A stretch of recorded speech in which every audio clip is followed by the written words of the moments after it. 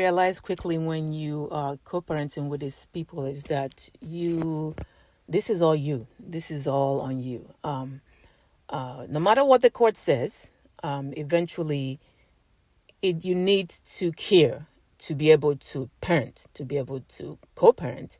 You need to be able to look beyond yourself to get it done. And so far you've seen, or you should have seen by now, that that's not what you're working with.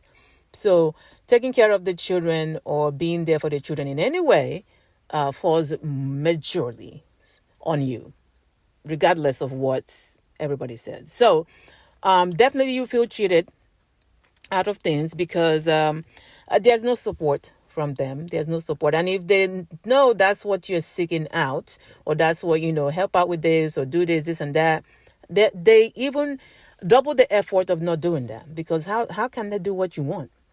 And again, like I say, you remember that children don't even come into play. The kids don't come into play. The kids are collateral damage in this. This is a game that they need to win over you. So while you're focusing on the children, let's do something that is in the best interest of the child. That is not your business. They don't care about that. That is not it.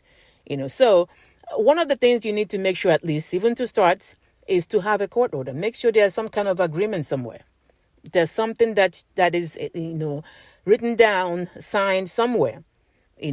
Another one is that, making sure that the words in the agreement or the divorce decree is worded in a way that is enforceable, that you can actually go and, try to enforce this in court.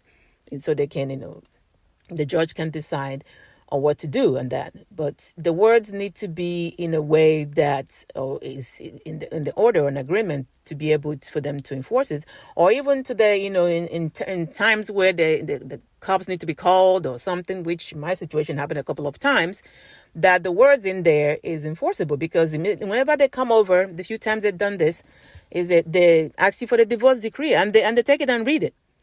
And see if there's something that they need to step in and they can enforce it while they're there. For whatever it is, usually it's withholding the child. In my situation, that's always what it is that he won't release the children when it's time.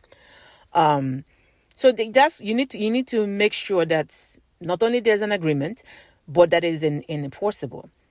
And you yourself, another thing you need to do is stay within the agreement.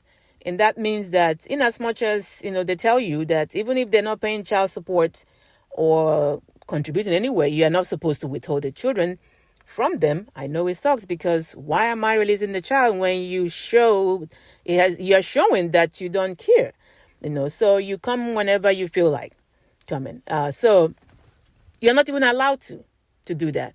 So as much as it hurts, you need to stick with the rules of the agreement so you don't distract. And what I mean by that is, if you start moving away from what is in the agreement, best believe the focus will shift on your reaction to what has happened. As crazy as that sounds, as unfair as that is, that's what tends to happen is now how you reacted by holding, especially when you hold withholding the children because they haven't paid child support and they're not paying and they're not consistent with it.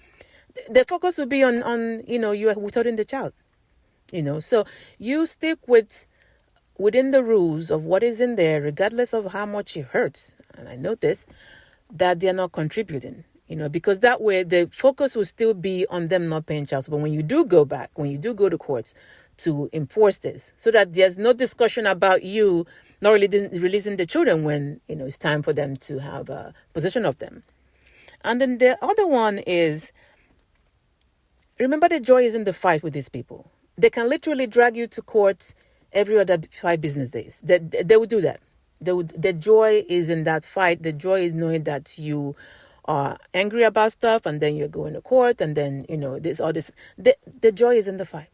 So, and one thing you need to ask yourself is, whatever it is that you're going to court with or going to court for, is this something you can handle?